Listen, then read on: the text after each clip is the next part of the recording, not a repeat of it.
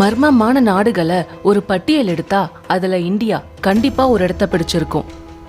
பல ஆயிரம் ஆண்டுகள் பழமையான நாடா இருந்தாலும் அந்த மர்மங்கள் தீர்க்கப்படாம இன்னமும் மர்மமாவே தான் இருக்கு. பெரிய நில பரப்பளவு, கலாச்சார வேறுபாடுகள், புராண கதைகள், இப்படி பல விஷயங்கள் நம்ம இந்தியாவை ஒரு விசித்திரமான நாடா வச்சிருக்கு. இந்த மாதிரி மர்மங்கள் உருவாக ஒரு சின்ன வதந்தியோ இல்ல கற்பனையோ போதுமானதா இருக்கு.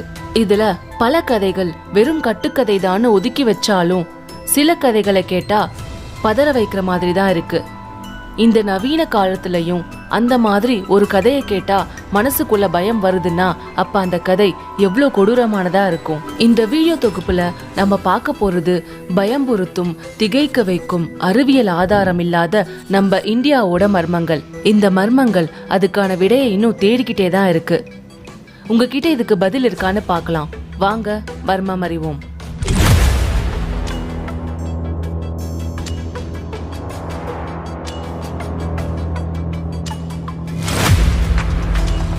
த கொங்கா லா பாஸ் இன் லடாக். நம்ம எல்லோருக்கும் வேற்று கிரகவாசிகள் பத்தி தெரிஞ்சுக்க ஆர்வம் அதிகமாக தான் இருக்கும். ஏலியன்ஸ், யூஎஃப்ஓன்னு சொல்றாங்களே, அதெல்லாம் உண்மையாவே இருக்கா? அப்படி உண்மையா இருந்தா அவங்கள பார்க்க முடியுமான்னு பல பேருக்கு சந்தேகம் இருக்கும். இந்த உலகத்துல பல இடங்கள்ல வேற்று கிரகவாசிகள் காற்றில் பறப்பதா சொல்றாங்க. மனிதன மாதிரி வேற ஒரு உருவத்தை பார்த்ததா சொல்றாங்க. இதெல்லாம் உண்மையான தெரியல. ஆனா ஏலியன்ஸ் உண்மையாவே இருக்கு, அதுவும் நம்ம இந்தியால. ஆச்சரியமா இருக்குல்ல? நம்ம இந்தியாவோட ஏரியா 51 இருக்கிற இடம் தான் த கொங்கா லா பாஸ். ஜம்மு காஷ்மீரோட லடாக் பகுதியில இருக்கிற ஒரு மலைப்பாதை தான் இந்த கொங்கா லா பாஸ். இந்த பாதை இந்திய எல்லையோட முடிவையும் சீன எல்லையோட ஆரம்பத்தையும் குறிக்குது. இந்த பாதை சீனா மற்றும் இந்தியாவோட சர்ச்சைக்குரிய பகுதியா இருக்கிறது மட்டும் இல்லாம யாரும் போக முடியாத பாதையாவும் இருக்கு. இந்த கொங்காலா கணுவாய் லடாக்ல இருக்கு. ஆனா சைனா அந்த இடம் திபெத்தியன் எல்லைன்னு சொல்லி தனக்கு சொந்தம் கொண்டாடிச்சு. நம்ம இந்தியாவும் சளைச்சது இல்ல, அந்த இடம் தன்னோட கிழக்கு எல்லைன்னு அழுத்தமா சொல்லிச்சு. 1956ஆம் ஆண்டுல ஆபீசர் கரம் சிங்கோட தலைமையில 10 இந்திய காவலர்கள் கொண்ட குழு அந்த பகுதியில பேட்ரோல் போஸ்ட் அமைக்க போனாங்க. அதுல 2 பேரை சீன ராணுவம் கைது செஞ்சாங்க. அந்த 2 பேரை கண்டுபிடிக்க 20 பேர் கொண்ட குழு அந்த பகுதிக்குள்ள போனாங்க. அந்த 20 பேரும் சீன படையோட தாக்குதலுக்கு உள்ளானாங்க. அந்த கடுமையான துப்பாக்கி சண்டையில இந்திய வீரர்கள் 10 பேர் இறந்தாங்க. இன்னும் சில பேரை பிடிச்சு வச்சு சித்திரவதை செஞ்சாங்க. அதனால 1962ஆம் ஆண்டுல சீனா மற்றும் இந்தியாவோட படைகளுக்கு நடுவே நடந்த இந்தோ சைனா வார் நடக்க முக்கிய காரணமா இந்த கொங்கா லா பாஸ் இருக்கு. அந்த போருக்கு அப்புறம் இனிமே கொங்கா லா பாஸை எந்த நாடும் ரோந்து பணியை மேற்கொள்ளக்கூடாது, தூரத்துல இருந்து அந்த இடத்தை கண்காணிக்க மட்டும்தான் அனுமதி இருக்குன்னு 2 நாடுகளும் ஒரு ஒப்பந்தத்துக்கு வந்தாங்க.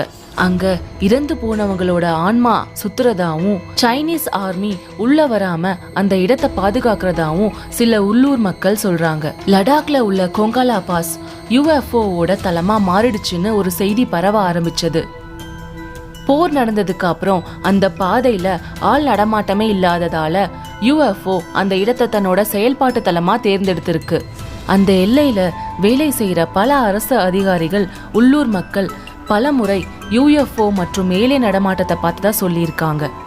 அங்க யூஎஃப்ஓ தரையிறங்குறதாவும் நைட் விசித்திரமான வெளிச்சம் வர்றதாவும் அங்க வசிக்கிற மக்கள் சொல்றாங்க. யூஎஃப்ஓ காத்துல பறக்கிற போட்டோஸ் அங்க இருந்து எடுக்கப்பட்டிருக்கு. பல விமானிகள் என்ன சொல்றாங்கன்னா, விமானத்துல கொங்கா லா பாஸ் கிட்ட போனதுமே வழிகாட்டுற கருவிகள் செயலிழக்குதான். அதனால அந்த பகுதியை தவிர்த்து வேற பாதையில தான் போவாங்களாம். கேட்கவே ரொம்ப ஆச்சரியமா இருக்குல்ல? கூகுள் எர்த் அந்த இடத்துல பல புகைப்படங்கள் எடுத்திருக்கு. அதுல அடையாளம் தெரியாத ஒரு குகை அப்பப்ப தோன்றி மறைஞ்சிருக்கு. கூகுள் மேப்ஸ்ல கூட யூஎஃப்ஓவோட பேஸ் லொகேஷன்னு ஒரு இடம் டேக் செய்யப்பட்டிருக்கு.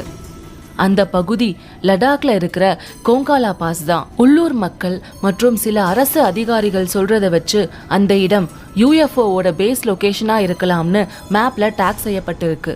இந்தியா மற்றும் சீனா கவர்மெண்ட்க்கு கூட இந்த இடம் தெரிஞ்சிருக்க வாய்ப்பு இருக்குன்னு சொல்றாங்க. இந்த பகுதியில உயரமான மலைகள் அதிகமா இருக்கு. அது மட்டும் இல்லாம அந்த மலைகள் பனியால மூடப்பட்டிருக்கிறதால அந்த முழு பகுதியை ஆராய்ச்சி செய்ய ரொம்ப சிரமமா இருக்கு. அதனால ஏலியன்ஸ் நடமாட்டம் அங்க இருக்காங்கிற கேள்விகளுக்கு வலுவான ஆதாரங்களை கண்டுபிடிக்க முடியல. பேயோ பிசாசோ இல்ல ஏலியனோ எது வந்தாலும் கொங்கலா பாஸ் ஒரு அருமையான இயற்கை எழில் கொஞ்சம் இடம்னு ஒத்துக்கிட்டு தான் ஆகணும். Documentary film makers, scientist, researchers இந்த மாதிரி அங்க போன சில பேர் ஒரு வருஷத்துல எந்த நேரத்துல போனாலும் அந்த இடம் ரொம்ப அழகா இருக்குன்னு சொல்லியிருக்காங்க.